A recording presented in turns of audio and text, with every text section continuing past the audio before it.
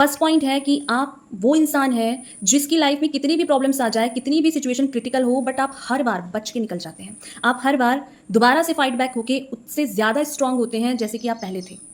तो ये बहुत ही रेयर है। बहुत सारे लोग विक्टिम बन जाते हैं, बहुत सारे लोग अपनी लाइफ को उस ज़ोन में पाते हैं जहाँ कोई आउटकम नहीं निकलता। बट जो गॉड के सबसे फेवरेट चाइल्ड होते हैं, उनकी लाइफ आसान नहीं होती। रोलर कोस्टर की तरह उनकी लाइफ होती है, अप्स डाउन्स आते रहते हैं, बट उसी अप्स डाउन्स में कैसे राइज़ करना है, कैसे अपने आप को बाहर निकालना है और स्ट्रॉन्ग बन के ना, कभी भी भीड़ का हिस्सा होते ही नहीं है। आप उन लोगों को फॉलो नहीं करते जो कि लोग फॉलो कर रहे होते हैं। आप हमेशा अकेले जब होते हैं ना, आपको ये क्वेश्चन आता है कि मैं इस अर्थ में क्यों हूँ? मेरा क्या पर्पस है? मुझे यहाँ क्यों भेजा गया है? ये जो स्ट्रॉन्ग क्वेश्चंस हैं आपके अंदर उठते हैं, क्योंकि ईश्वर ना आपके साथ ना कुछ बड़ा पर्पस है, आपको कुछ बड़ी चीज़ें क्रिएट करनी है।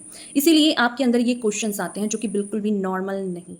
थर्ड पॉइंट है कि आपकी लाइफ से जो गलत लोग होते हैं ना, वो अपने आप ही चले जाते हैं। और ये एक प्रोटेक्शन का काम करती है, एक ब्लेसिंग का काम करती है। क्योंकि जब आपको ऐसा लगता है ना कि ये सिचुएशन, इस इंसान ने मेरे साथ गलत क्यों कर दिया, क्योंकि वो इन फ्यूचर आपके साथ और भी गलत कर सकता था। इसीलिए ईश्वर क्या करते हैं, आपकी लाइफ से उन लोगों को ना निकाल निकाल कर फेंक देते हैं।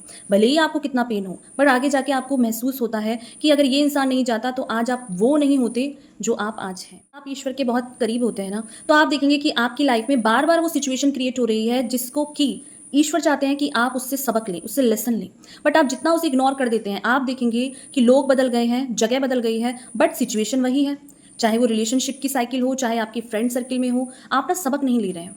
इसीलिए वो चीज़ें बार बार रिपीट होती है, जिससे कि ईश्वर चाहते हैं कि आप अपने लेसन लें और आगे बढ़ें। और जब तक आप लेसन नहीं लेंगे, चीज़ें बार बार सिचुएशन वही रिपीट, आपको हर बार ऐसा लगेगा कि आपकी लाइफ ना हर बार एक नया ही आउटकम निकाल देती है। दैट मीन्स कि आप सोचते कुछ हैं, बट आगे जाके हो कुछ और जाता है।